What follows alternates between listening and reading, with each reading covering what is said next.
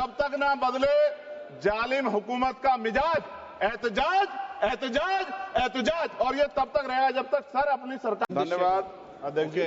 Okay अध्यक्ष जी, मैं अपनी बात को शुरू करने से पहले, क्योंकि राजकुमार भी इस बात को कह रहे थे, ये 2 अप्रैल का दिन विशेष है सर। मैं जेल में था सहारनपुर, 2 अप्रैल 2018 को आंदोलन हुआ, 13 नौजवानों ने शहीदगी दी सर। मैं उनको नमन करता हूं सर। और आज फिर 2 अप्रैल है, एक और शहीदगी की तैयारी लग रही। तो मैं उन क्रांतिकारियों को भी आज याद करता हूं जिन्होंने, मुस्लिम क्रांतिकारी जिन्होंने देश की आजादी में योगदान दिया। सर, अंदाजे जमाना कहता है कि मौजे हवा रुख बदलेंगी, अंगारों से गुलशन फूटेगा, शबनम से सरारे निकलेंगी। वक्फ संशोधन विधेयक 2024 संवैधानिक मूल्य एवं सांप्रदायिक सौहार्द के लिए गंभीर खतरा है। वक्फ संशोधन विधेयक 2024 संवैधानिक अधिकारों, विधिक सिद्धांतों और धार्मिक स्वतंत्रता पर गंभीर आघात है। विधेयक वक्फ प्रबंधन को कुशल और प्रभावी बनाने का दावा करता है, लेकिन इसके 44 संशोधन इन वादों को पूरा करने में असफल है। हमारा मानना है कि इस संशोधन से स्पष्टता, साक्ष्य और मूल कारण विश्लेषण का अभाव होगा। पूर्व संशोधनों का मूल्यांकन नहीं होगा, हितधारकों से परामर्श की पारदर्शिता नहीं होगी, मौलिक अधिकार का उल्लंघन होगा। Article 13, article 14, article 25, article 26, article 50, article 300 सर्वोच्च न्यायालय के निर्णय, स्थापित कानून और इस्लामी सिद्धांत और संविधान की भावना का उल्लंघन होगा। असत्य वादे बनाम वास्तविक प्रभाव, विधेयक सुधार और सशक्तिकरण का दावा करता है, लेकिन वास्तव में धार्मिक संपत्तियों के पुनः वर्गीकरण जब्ती का प्रावधान संशोधन 39A, ऐतिहासिक मस्जिदों, कब्रिस्तानों को सरकारी संपत्ति घोषित करना, जिससे सांप्रदायिक तनाव पैदा हो सकता है। जिलाधिकारियों को अत्यधिक अधिकार प्राप्त करना संशोधन 4B, जिलाधिकारी सर सरकार के होते हैं, वो सरकार के हिसाब से काम होते हैं। यहाँ जितने MP बैठे हैं विपक्ष के, इनसे पूछ के देखो कि इनके जिले में क्या हाल है। इनका जिलाधिकारी सुनता नहीं सुनता, MP बैठे हैं, पूछ के देखो विपक्ष के, आपको पता लग जाएगा। सर, धार्मिक विशेषज्ञता या समुदाय की सलाह के बिना निर्णयों से संपत्ति विवाद और विश्वास की कमी उत्पन्न होगी।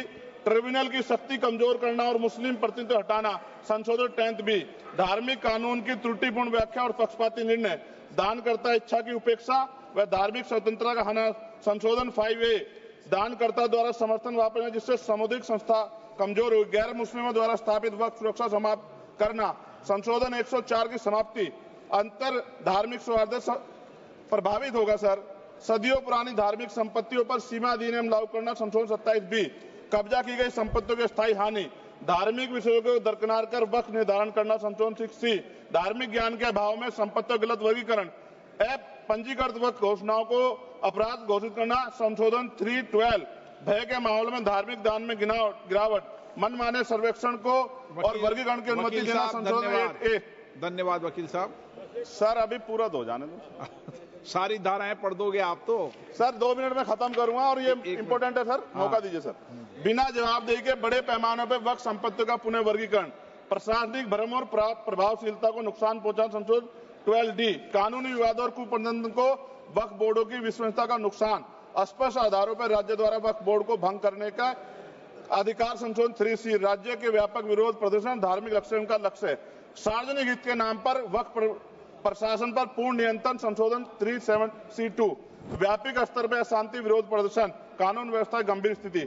सर, सरकार के उद्देश्य से नजर आता है मुस्लिम समुदाय के योगदानों पर नियंत्रण स्थापित करना, मुसलमानों को उनकी वक्फ संपत्ति वंचित करना, वक्फ स्थापित करने के अधिकार पर प्रतिबंध लगाना, वाकिफ और मुतवल्ली की इस्लामी परिवर्तन करना। इस विधेयक को वर्तमान रूप से स्वीकार करें और समावेशी परामर्श, कानून स्पष्टता, संवैधानिक धार्मिक सुरक्षा सुनिश्चित करें। सर, ये तो बिल पे था सर, क्योंकि आप कहते हैं बिल पे बोलना चाहिए 2 दिन नहीं, लेकिन सर मैं सुबह से सुन रहा हूं सर 2-3 चीजें बोलूंगा सर। जो विद्वान सरकार मुसलमानों की कितनी हितैषी है सर, कुछ कह रहे हैं क्या?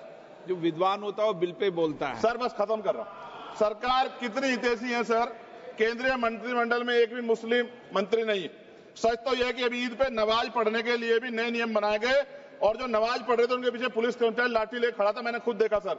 अगर सरकार इतनी देर सच्चर कमेटी की रिपोर्ट पर चर्चा कराएगी, बिल्किस बानो के आरोपियों को जेल से बाहर आने के बाद स्वागत किया गया सर।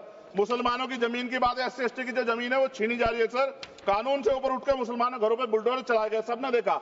सुरक्षा की बात करते हैं, लिंचिंग की गई, मुसलमान मारे गए सर। कावड़ यात्रा में गरीबों के ठेलों पे सुप्रीम कोर्ट ने ऑर्डर किया कि नाम मत लिखवाओ, देश को मत तोड़ो।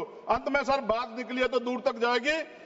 पार्टी सरकार के नेता यात्रा निकाल के कहते हैं मुसलमानों को भगाओ, और कई एक मुस्लिम एमपी पिछली बार सर उनको क्या क्या शब्द निकले, कोई निंदा नहीं हुई सर, और उसका प्रमोशन हुआ। और कभी आपके नेता कहते हैं सरकार गोली मारो, और आप हिंदू राष्ट्र की बात करते हैं सर। मेरा यह कहना है सर, मैं इसका पुरजोर विरोध करता हूं और अपनी एक शायरी के साथ खत्म करूंगा। तो बहुत सुनी मैंने आज दोनों तरफ, जब तक ना बदले जालिम हुकूमत का मिजाज, एहतजाज एहतजाज एहतजाज, और ये तब तक रहेगा जब तक सर अपनी सरकार सोच नहीं होती। धन्यवाद सर।